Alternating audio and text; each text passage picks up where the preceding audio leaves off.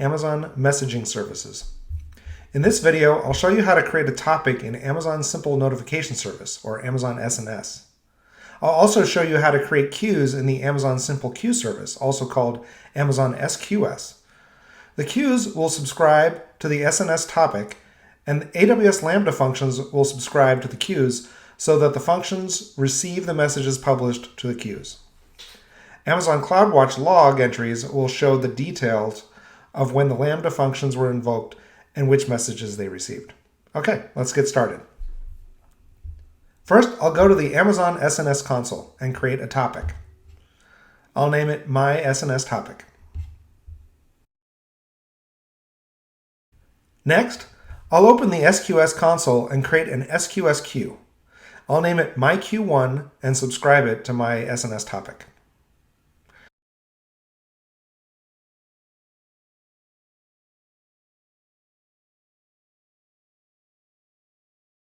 I'll create a second SQS queue as well.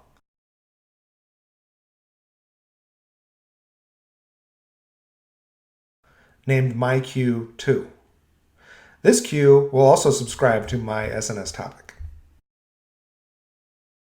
Now, if I choose queues, you can see both queues I've created. This view shows how many messages are available in each queue. That will be useful to know later when I start publishing messages. Next, I'll head over to the Lambda console and create a Lambda function. I'll create it from scratch, name it MyFunction1, and accept all the default settings.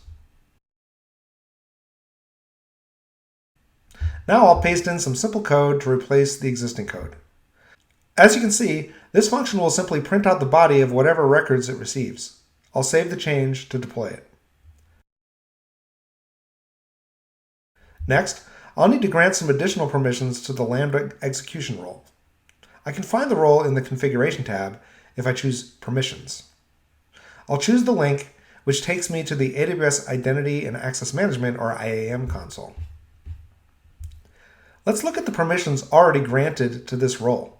It has the AWS Lambda Basic Execution Role policy attached. As you can see when I expand the details, this provides write access to CloudWatch logs. That will allow the Lambda function to write log entries every time the function is invoked. That is helpful, but I also want this Lambda function to be able to pull an SQS queue for messages. To grant it permission to do that, I'll choose Attach Policies and search for SQS. Let's expand the details and read about this AWS Lambda SQS queue execution role AWS managed policy. It looks like it will provide the permissions the function needs to read messages posted to an SQS queue. I'll select that and attach this policy to the role. Okay, so now I'm going to return to the Amazon SQS console and configure my Q1 to invoke my Lambda function named MyFunction1. I can accomplish this in two ways. I can configure the Lambda trigger here in the SQS console, as I'm about to do. Or, if you look over here in the Lambda console, the function has an Add Trigger button.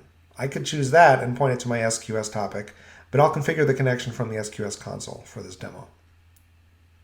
Back in the SQS console, I'll choose Configure Lambda Function Trigger, choose MyFunction1 from the drop-down menu, and choose Save. And now back in the Lambda console, I'll refresh the page and you can see that SQS is now a trigger for this function. Let's briefly take a look at an architectural diagram of what I've just configured before testing the configuration. Notice that I've now built everything shown here. So when I publish a message to my SNS topic, it adds the message to both my Q1 and my Q2. Also, I configured the Lambda function named MyFunction1 to pull my Q1 for any messages it has received. The function has permissions to access the queue because I adjusted the Lambda execution role to allow the access. If the Lambda function finds any messages, the function will be invoked. Every time the Lambda function is invoked, it also writes log entries to CloudWatch logs. Okay, let's test it. I'll return to the Amazon SNS console and publish a message to the topic. In the body, I'll type, "Hello from SNS and SQS. This is message 1. Next, I'll go to the Amazon SQS console and look at the queues page. Notice that one message is now available in my Q2, but there are no messages available in my Q1. The Lambda function must have taken that one. Let's verify. I'll return to the Lambda console, and on the Monitor tab of my function, I'll refresh the charts.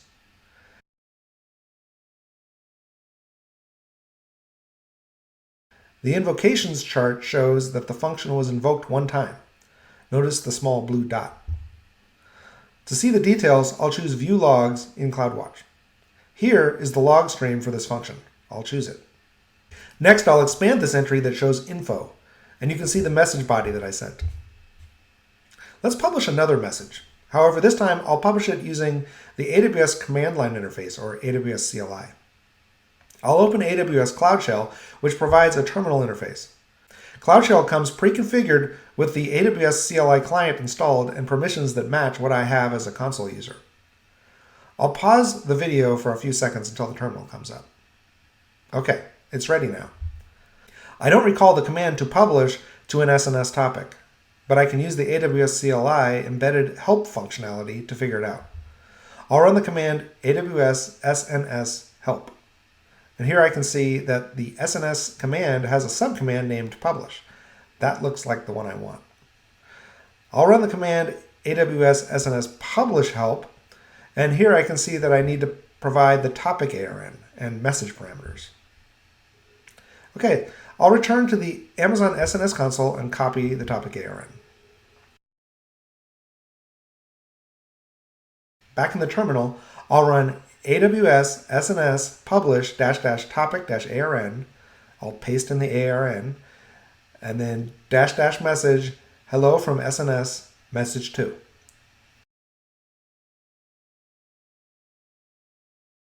Great, it returned a message ID, which means it did publish a message. I'll actually run it 3 times, and each time I'll increment the number in the message body. Now I'll return to the Amazon SQS console queues view. Notice that the messages in my queue 1 are being processed. However, 4 messages are now waiting in my queue 2. I subscribed 2 SQS queues to the SNS topic. However, my queue 2 doesn't have any subscribers. The queue is queuing up all the published messages, but not doing anything with them because I haven't built this highlighted bit of the diagram, my function 2. Let's create that Lambda function now and configure my queue 2 to invoke it to see what happens. I'll return to the Lambda console and create a function named myfunction2 with all the default settings. I'll replace the existing code with the same simple code I used in the other function. I'll save the changes and deploy it. Next, I'll update the Lambda execution role to add AWS Lambda SQS queue execution role AWS managed policy. Now I'll configure my queue 2 to invoke my new Lambda function. Last time I configured the connection from the Amazon SQS console. This time I'll configure it here in the Lambda console. I choose Add Trigger, search for SQS, and select that. Next, under SQS queue, I'll choose My Queue 2, and finally I choose Add. Now let's see whether all those queued up messages are being processed. Here in the SQS queues view, the page shows 4 messages in the queue. I'll refresh the page. And look at that, my queue 2 is now empty. The new Lambda function is processing the messages in this queue. That concludes this demonstration. Thanks for watching.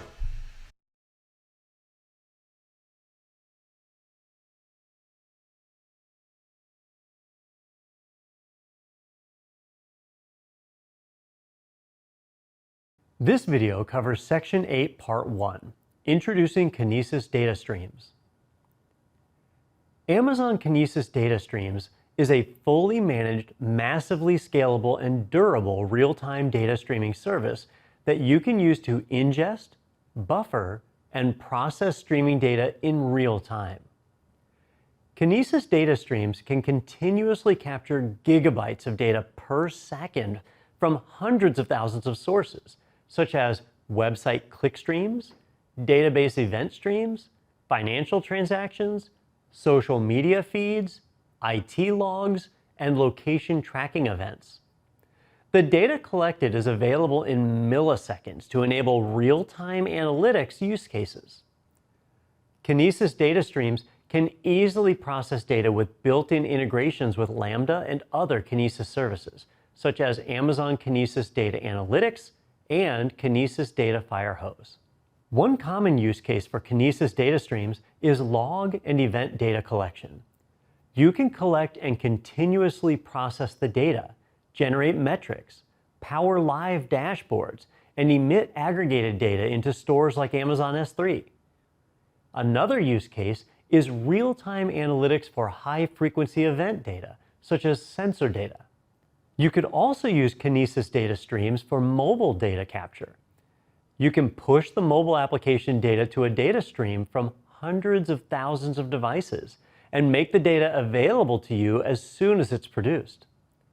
A gaming data feed is another use case. You can continuously collect data about player-game interactions and feed the data into your gaming platform. A producer collects data and puts it onto the stream.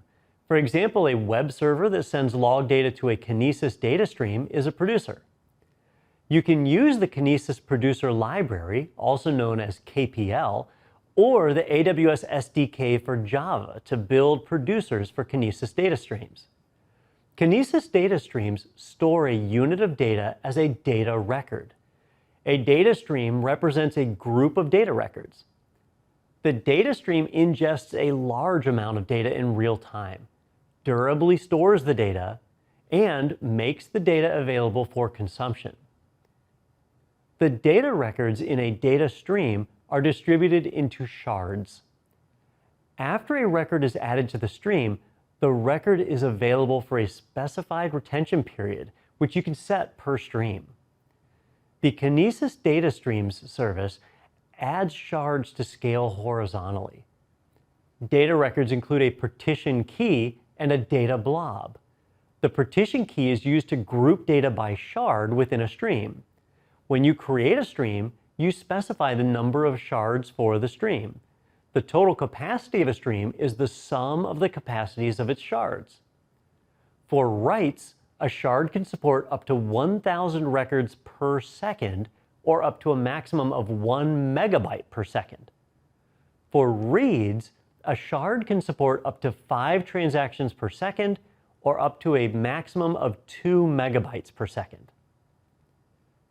Each shard has a uniquely identified sequence of data records, and each data record has a sequence number that Kinesis assigns. The sequence number is unique per partition key within its shard. A consumer is an application that pulls the data stream and processes the data. You can have multiple consumers on a data stream. When you have multiple consumers, they share the read throughput of the stream among them. With an option called Enhanced Fanout, you can give each consumer its own allotment of read throughput. Create consumers by building your own application to process stream data using the Kinesis Consumer Library, or KCL. Then deploy the application to Amazon Elastic Compute Cloud, also called Amazon EC2. Configure a Lambda function as a stream consumer to process data serverlessly, and let Lambda handle aspects of consuming the stream. Set up Kinesis Data Firehose as a consumer to deliver records to destinations, including Amazon S3, Amazon Redshift, Amazon Elasticsearch Service, also called Amazon ES, and Splunk. Or send records to a Kinesis Data Analytics application to process and analyze data in a Kinesis data stream using SQL, Java, or Scala. Note that unlike queue consumers, stream consumers don't delete records from the stream. Instead, each consumer must maintain a pointer of where they are on the stream.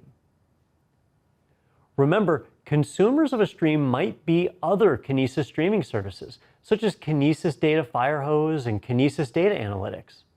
These services were created to simplify common Kinesis data streams use cases and are often used in conjunction. Amazon Kinesis Data Firehose is the easiest way to reliably load streaming data into data lakes, data stores, and analytics services. The service can capture, transform, and deliver streaming data to Amazon S3, Amazon Redshift, Amazon ES, generic HTTP endpoints, and service providers such as Datadog, New Relic, MongoDB, and Splunk. With Kinesis Data Firehose, you can automatically convert the incoming data to open and standards-based formats, such as Apache Parquet and Apache ORC, before the data is delivered. With Kinesis Data Firehose, you don't need to write consumer applications or manage shards.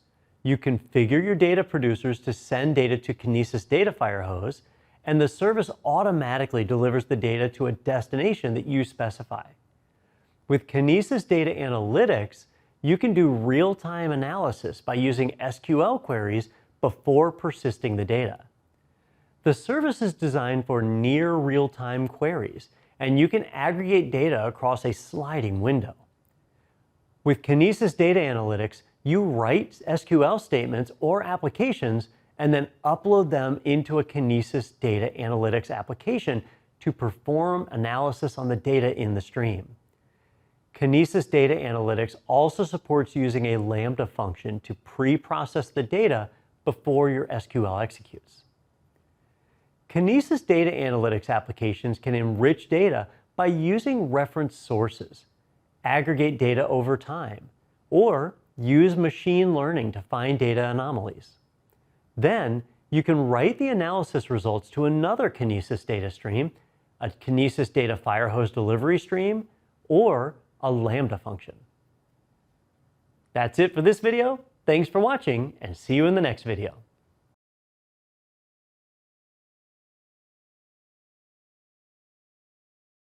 Video covers Section 8, Part 2, Introducing Kinesis Data Streams.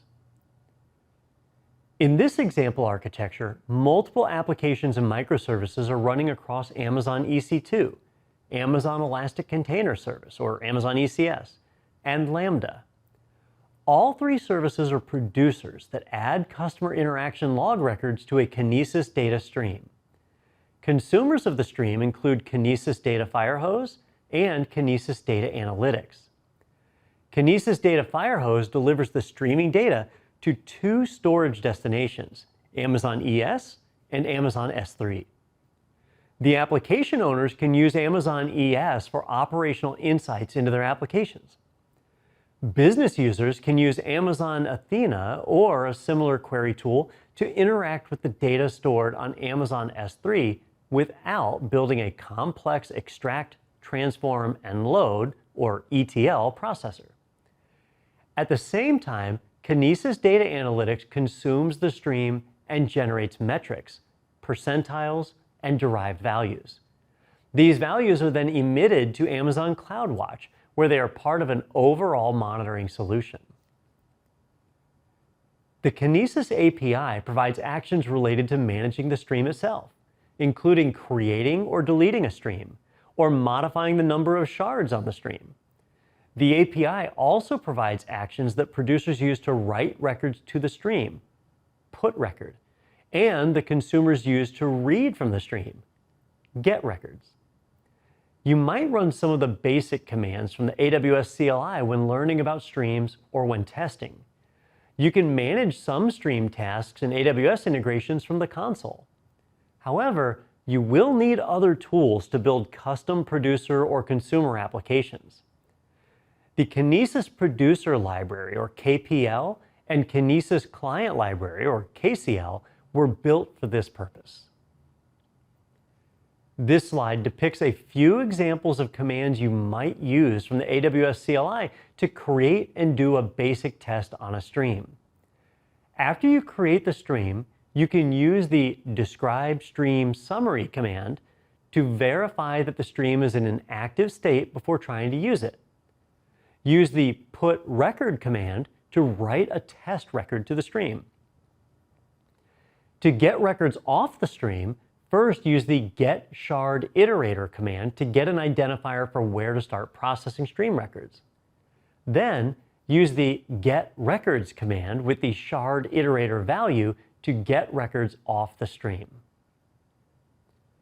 To build your producer and consumer applications, you would typically use the KPL and KCL, or possibly the AWS SDK.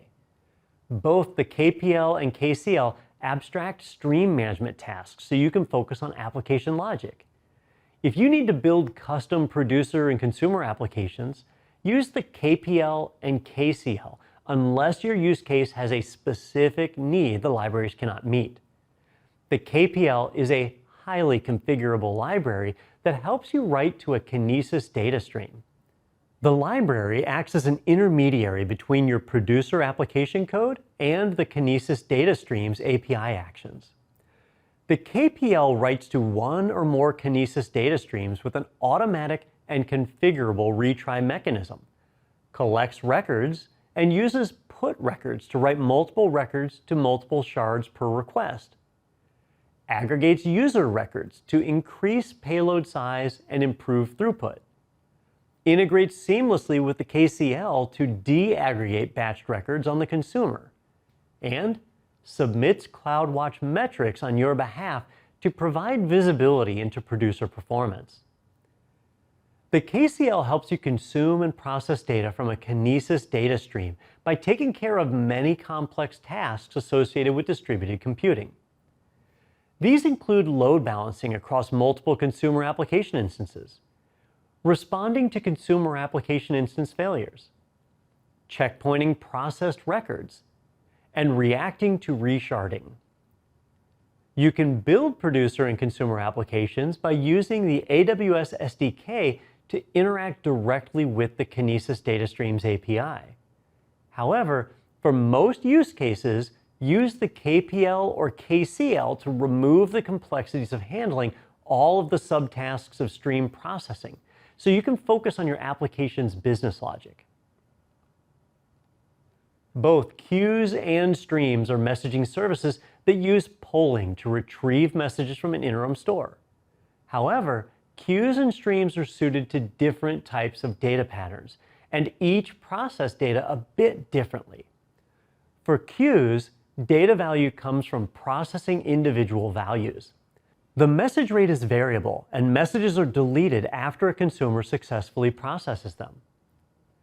For streams, data value comes from aggregating messages to get actionable data. The message rate is continuous and high volume, and messages are available to multiple consumers to process in parallel, and each consumer maintains a pointer but does not delete records. Here are the key takeaways for this section of the module. With Kinesis data streams, you can ingest, buffer, and process streaming data in real time. Kinesis Data Firehose and Kinesis Data Analytics were designed to simplify common data streaming use cases.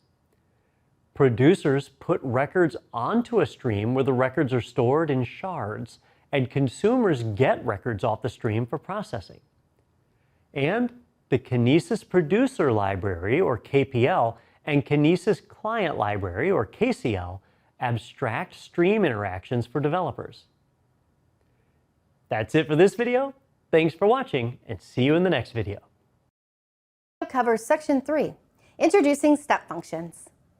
In the previous section, we identified the need for a coordination layer to manage a growing application. This is where AWS Step Functions enters the picture. Step Functions is a web service that you can use to coordinate components of distributed applications and microservices by using visual workflows. The service provides a reliable way to coordinate components and step through the functions of your application. Step Functions offers a graphical console so you can visualize your application components as a series of steps. It automatically triggers and tracks each step and also retries when errors occur, so your application runs in order and as expected. Finally, Step Functions logs the state of each step, so you can diagnose and debug problems quickly. You can use Step Functions to perform numerous beneficial tasks. First, you can use it to build and update applications quickly by building visual workflows that provide fast translation of business requirements into technical requirements.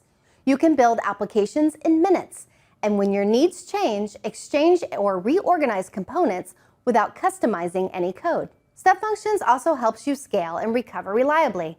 It automatically scales the operations and underlying compute to run the steps of your application for you in response to changing workloads. Step Functions scales automatically to help ensure that the performance of your application workflow remains consistent as the frequency of requests increases. Step Functions can also help you to evolve applications easily. Step Functions manages state, checkpoints, and restarts for you to make sure your application runs in order and as expected. It has built-in try-catch, retry, and rollback capabilities to deal with errors and exceptions automatically. Step Functions manages the logic of your application for you and implements basic data types, such as running tasks sequentially and in parallel, branching, and timeouts. This process removes extra code that might be repeated in your microservices and functions. Step Functions automatically handles errors and exceptions with built-in try-catch and retry, whether the task takes seconds or months to complete. You can automatically retry failed or timeout tasks, respond differently to different error types, and recover gracefully by returning to designated cleanup and recovery code. With Step Functions, you define a workflow as a series of steps and transitions between each step. A workflow is also referred to as a state machine, and states are elements in a state machine. A state machine is an object that has a set number of operating conditions that depend on the object's previous condition to determine output. As a result, individual states can make decisions based on their input, perform actions, and pass output to other states. Tasks do all the work in your state machine. As you will learn in the next section, a task can perform work by using activity or a Lambda function. Alternatively, a task can pass parameters to the API actions of other services. Each state machine starts with an input. The state transforms the input and passes the output to the next state. You can use the Step Functions console to visualize your state machine, and the console provides near real-time information on your state machine task. You define state machines by using the Amazon States Language, or ASL. The Amazon States Language is a JSON-based structured language. Step Functions then represents the JSON structure in a real-time graphical view, so you can visualize your state machine directly in the Step Functions console. AWS Step Functions Workflow Studio is another way to define state machines. You can use this low-code visual tool to build step functions through a guided, interactive interface so you can prototype and build workflows faster. Let's look at example code for a state machine. When a state machine is launched, the system begins with the state referenced in the top-level Start At field. After Step Functions runs a state, it uses the next value to determine the next state to advance to. This step is called a transition. When the system reaches a terminal state or a runtime error occurs, the state stops running and returns a result. Terminal states have succeed or fail for the type field or have the end field set to true. Here are some key takeaways from this section. Step Functions is a service that you can use to coordinate components of distributed applications and microservices by using visual workflows. A state machine is an object that has a set number of operating conditions that depend on the object's previous condition to determine output. State machines are defined by using the Amazon States Language. Thanks for watching, and see you in the next video. Covers Section 6, Step Functions API. You can access and use Step Functions by using the AWS Management Console, AWS SDKs, or API. To run a Step Functions state machine, call the Step Functions Start Execution API action. Another option is to associate your Step Functions APIs with API operations in API Gateway. When an HTTPS request is sent to an API operation, API Gateway invokes your Step Functions API actions. This slide provides examples of commonly used Step Functions actions, as well as description of what each of the actions accomplishes. Step Functions places quotas, formerly referred to as limits, on the sizes of certain state machine parameters. These parameters might include the number of API actions you can make during a certain time period, or how many state machines you can define. Although these quotas are designed to prevent a misconfigured state machine from consuming all of the resources of the system, they aren't hard quotas. Quotas might differ significantly based on whether your state machine executions use standard or express workflows. Here are some of the key takeaways from this section. You can access Step Functions by using the console, AWS SDKs, or API. Step Functions places quotas on the size of certain state machine parameters. Use API Gateway to associate your Step Function APIs with methods in an API Gateway API. Thanks for watching, and see you in the next video.